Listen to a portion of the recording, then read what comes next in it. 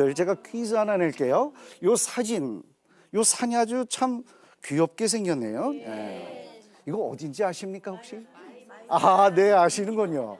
네, 마이산입니다. 한국이에요. 마이산, 말 귀처럼 생겼다고. 네, 그래서 마이산이라고 부르죠. 네. 그런데 이 마이산이 말이에요, 바로 지금 제가 말씀드린 그런 여감으로 이루어져 있습니다. 꼭 콘크리트 같아요. 자갈들이 잔뜩 들어있는데 미국의 저 안대에 있는 것보다 더 큰 자갈들이 박혀 있습니다. 이것이 2,000m나 쌓여 있는 거예요. 야, 저는 그 2,000m나 쌓여졌다는 것, 이걸 보면 우리나라에도 큰 격변이 있었다는 것을 짐작할 수 있습니다. 2,000m 쌓이는 것이 쉬운 일이 아닙니다. 산도 2,000m 넘는 게 많지 않잖아요. 그런데 2,000m씩 쌓인다. 어떻게 해서 이런 자갈들이 2,000m 쌓일 수 있을까? 제가 볼 때는 한반도에도 격변이 있었다, 그런 것을 생각합니다. 그래서 지금은 현대 지질학계에서는 이 마이산이 형성된 것을 다르게 해석을 하고 있지만, 저는 우리 한반도에서도 이 격변이 있었다는 것을, 이런 것을 통해서 알 수 있기 때문에 다시 지질 조사를 새로 해야 할 필요가 있다는 것을 저는 느끼고 있습니다. 보세요, 이 마이산 수직절벽이 있잖아요. 이것들이 풍화에 의해서 이런 수직절벽을 만든다는 것이 쉽지 않은 일입니다. 이것은 어떤 다른 사건이 이와 같은 퇴적을 이루었고, 그리고 깎아서 이런 봉우리를 남긴 것이 아닌가, 저는 그렇게 생각을 하고 있습니다. 일부 떨어진 거, 부서진 거, 밑에 떨어진 걸 관찰해 봤습니다. 그러니까 뭐가 보입니까? 무슨 구슬알 같은 것들이 많이 박혀 있죠? 네. 이것은 모래로 이루어진 삶, 그런 것이 아니고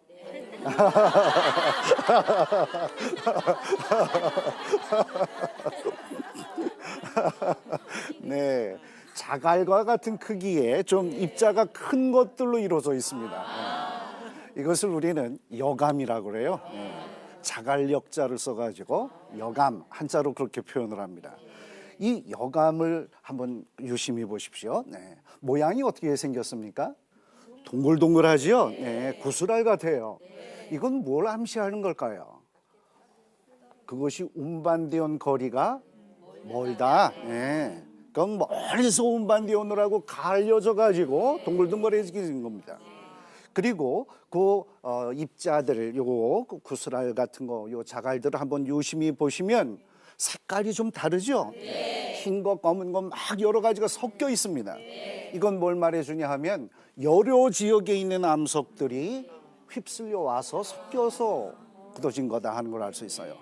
꼭 시멘트, 콘크리트와 같습니다. 자갈들 있고 모래 있고, 그리고 시멘트 가루를 반죽하면 나중에 굳어졌을 때 콘크리트의 모습이 이것과 똑같아요. 여감이 아주 그런 건데요. 여기서 특이한 사실은 뭐냐 하면은요, 그 중에 들어있는 자갈 중에서 어떤 것은 이렇게 생긴 게 있습니다. 겉으로 보면은 약간 뭐 색깔이 좀 짙게 보일 것도 있는데, 쪼개 보면 안에가 저렇게 하얗습니다. 아주 설탕가루 같아요. 어떤 부분들은 투명하게도 느껴집니다. 여러분들, 이 암석이 뭐냐 하면요, 옛날에 불을 피우기가 어려웠을 때 딱딱 부딪혀가지고, 그건 무슨 돌이라 그래요? 부싯돌. 또 차돌맹이라고도 하죠. 바로 그겁니다. 요 차돌맹이라는 요 암석은 모래가 굳어진 암석인 삼이 열을 받았을 때 변질돼 가지고 이런 규암이라는 암석이 되는 거예요. 학술 용어로 차돌을 규암이라고 얘기를 합니다. 근데 이 규암은 아무데나 있지가 않아요. 왜냐하면 모래가 굳어진 삼이 열을 받았을 때만 생기기 때문에 그것이 존재하는 곳이 특이한, 특정한 곳에만 있습니다.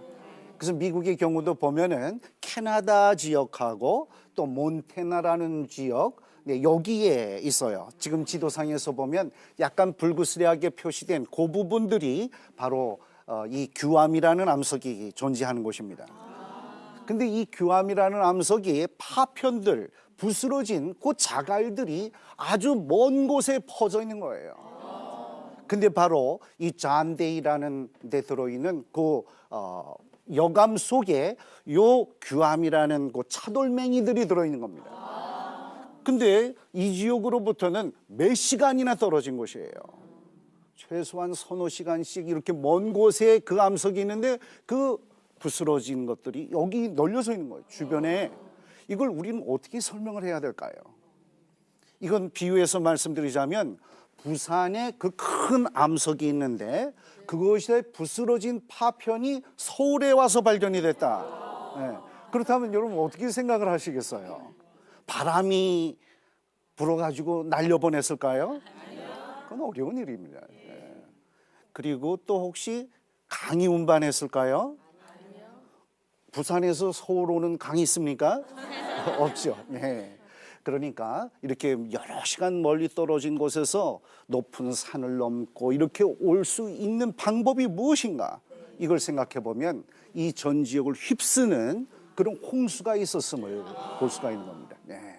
이것도 아주 중요한 증거 중에 하나예요. 이와 같이 인자의 임함도 그러하리라.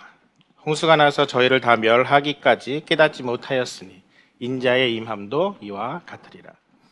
예수님께서는 예수님이 재림하실 것을 얘기를 하시면서 분명히 노아 홍수와 예수님의 재림을 그대로 견주십니다.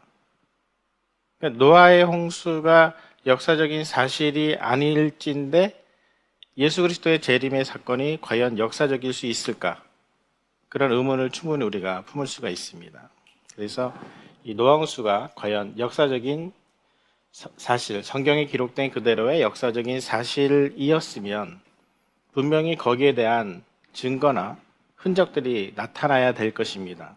그래서 오늘 제가 여러분과 나누고 싶은 얘기는 이러이러하기 때문에 노아 홍수는 역사적인 사실입니다 라는 여러 가지 증거들을 내면서 성경에 나와 있는 노아 홍수의 역사적인 사실성을 부각을 하자는 것, 그렇게 하기보다는 성경에 기록된 노아 홍수가 기록된 그대로 역사적인 사실이었다라는 그 사실의 기초에서 보았을 때 그럴 수밖에 없는 그런 여러 가지 역사적, 과학적 얘기들이 있습니다. 그래서 그런 증거들을 쭉 보여드리면서 우리가 읽고 있는 성경의 노아 홍수의 사건이 우리가 읽는 그대로 믿을 수밖에 없는 그런 역사적인 사실일 수밖에 없다라는 그런 믿음을 좀 확고하게 하는 그런 시간이 되었으면 좋겠습니다. 근데 나하고 무슨 상관이 있냐는 거죠. 성경에 기록된 게 역사적인 사실이다라는 것을 내가 믿고 안 믿고가 나의 신앙과 무슨 상관이 있겠냐는 겁니다. 한번 생각을 해보겠습니다. 노아의 믿음을 한번 생각을 해보시죠. 노아가 500세 된 후에 셈과 함과 야벳을 낳았습니다. 그리고 하나님께서 120년이라는 그런 어떤 카운트다운 경고의 시간을 주시고 뭔가 홍수 심판을 준비하게끔 하시죠. 근데 노아는 그 말씀을 그대로 다 순종을 합니다. 그리고 방주를 짓는 내내 홍수 심판을 사람들에게 전하였습니다. 베드로서 2장에 보면 오직 의를 전파하는 노아라는 말씀이 나옵니다. 노아가 방주 짓는 내내 계속해서 심판 경고에 하나님의 말씀을 전하였다라는 거죠. 사람들은 듣지 않았습니다. 노아의 아들들의 믿음을 한번 살펴보겠습니다. 노아가 500세 된 후에 셈과 함과 야벳을 낳았습니다. 이 아이들은 태어나면서부터 뭐 했겠습니까? 방주 지었겠죠. 아버지 따라서. 아무 의심 없이 그냥 아버지가 자기들은 듣지도 못한 심판의 경고의 메시지를 아버지가 들었다고. 야, 방주 지으래. 어마어마한 홍수 심판으로 다 쓸어버리신대. 진짜. 그럴 때 그 세 아들 순종했을까요? 순종하지 않았을까요? 순종한 것 같아요. 같이 방주에서 구원을 받지 않았습니까? 자, 우리에게 똑같은 일이 벌어진다면 나는 듣지도 않았는데 누군가로부터 이게 이렇게 하는 것이 하나님의 말씀대로 사는 것이야 라는 그런 말씀을 들었을 때 우리가 그 말씀이 하나님의 말씀인 줄로 믿고 내가 순종하고 따를 수 있겠느냐는 거죠. 노아의 가족들의 믿음을 한번 보겠습니다. 방주에 들어갔어요. 자, 이제 홍수로 심판할 테니까 방주에 들어가라. 들어갔습니다. 하나님께서 문을 닫으셨어요. 2월 10일입니다. 노아 600세대는 2월 10일 날. 근데 비가 안 와요. 그 다음 날도 비가 안 와요. 그 다음 날도 비가 안 와요. 방주에서 꼬박 일주일을 기다립니다. 생각해 보십시오. 그 안에서 8명이 무슨 생각하고 있었을까? 방주에 들어가라고 해가지고 문 닫아놓고 심판이 시작될 걸 알았는데 일주일이 지나도록 비가 안 와요. 아무 일도 일어나지 않아요. 근데 그 가족들, 8명의 가족들은 그 안에서 아마 기도하면서 기다렸을 겁니다. 말씀대로 믿는 믿음이 굉장히 중요한 겁니다. 그러니까 그 수많은 홍수 이전에 살았던 사람들 중에 8명이 택함을 받은 거죠. 심판하시는 하나님이 노아홍수에 등장합니다. 그리고 그 중에서 8명의 가족들을 구원하시는 하나님이 또 등장합니다. 그 구원하셔서 그 이후에 언약을 세우시고 다시 생육하고 번성하라고 명하시는 하나님이 등장합니다. 그 하나님이 우리 하나님입니다. 그리고 그분이 다시 오시겠다라고 말씀하시면서 인용하는 사건이 노아홍수입니다. 그러므로 깨어있으라 어느 날에 너희 주가 임하는지 너희가 알지 못함이냐. 우리는 예수님의 재림을 준비하는 사람들이잖아요. 그러면 똑같은 그 당시에 노아가 방주 지면서 사람들에게 외치면서 심판을 준비하라고 외쳤던 그 말씀처럼 지금 우리에게도 똑같은 동일한 말씀으로 예수님의 재림을 준비하게끔 하시는 노아 시대 대홍수 심판이 역사적인 사실이다라는 것이 성경적으로나 과학적으로나 다 중요하지만 지금 살고 있는 나에게 이 말씀이 어떤 의미로 다가와서 나의 신앙에 어떤 영향을 줄 수 있는지를 생각을 해봐야 될 필요가 있다는 겁니다.